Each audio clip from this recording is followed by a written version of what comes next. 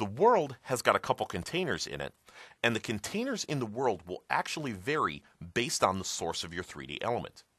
In fact, if you noticed, when we converted an image to 3D, we didn't have a world, we had a content.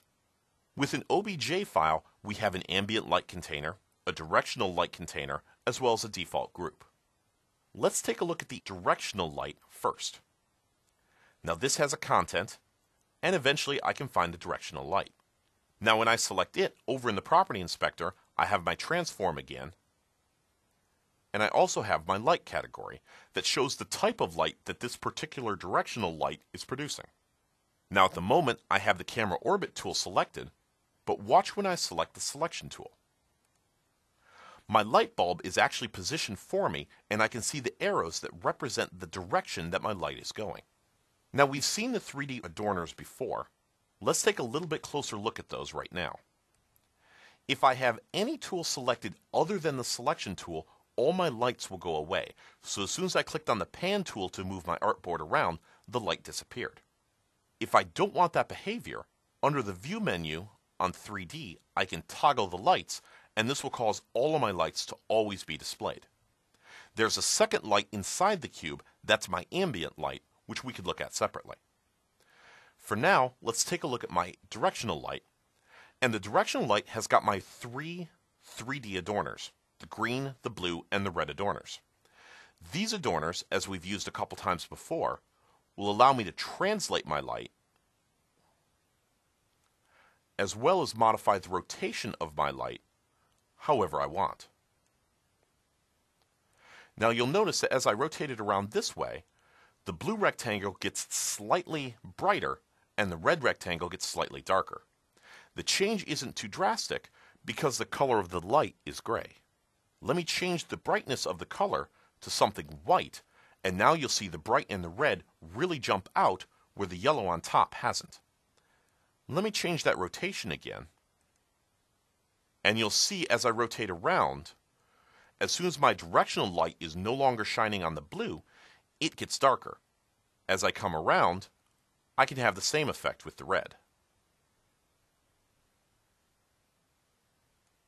Now I can change the type of light. In addition to the directional light, there's a point light, which simply gives light in all directions from a single location, as well as an ambient light, which just sheds a light everywhere as if it's coming from all directions at once. Finally, there's a spotlight that has a great deal more properties built into it to allow you to project your light in a specific cone in a given direction. I'll let you experiment with these and see how the different properties work to modify how your lights work. Last but not least, I have my default group that I can expand and find the 6 different containers that make up my cube.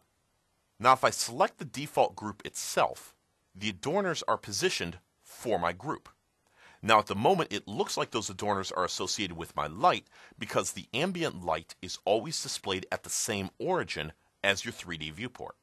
In this case, the origin of my 3D viewport is that particular corner, so the ambient light appears at the same area. I'm going to go ahead to the View menu and get rid of those lights so they're not distracting me.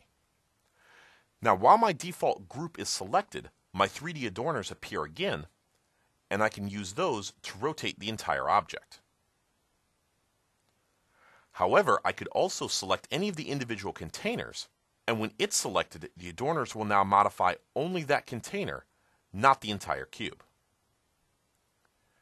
When you're creating your 3D objects in whatever tool you're most comfortable in, keep in mind that those containers will be able to be moved independently of each other once you get into Blend, but you'll always be able to move the entire model at once the same way. There's many more nuances of how 3D works, and I'll leave it to you to experiment with 3D, and if you need more information, you can go up to MSDN to get more specific details on how 3D works with the Windows Presentation Foundation. We're done with this project, so let's carry on.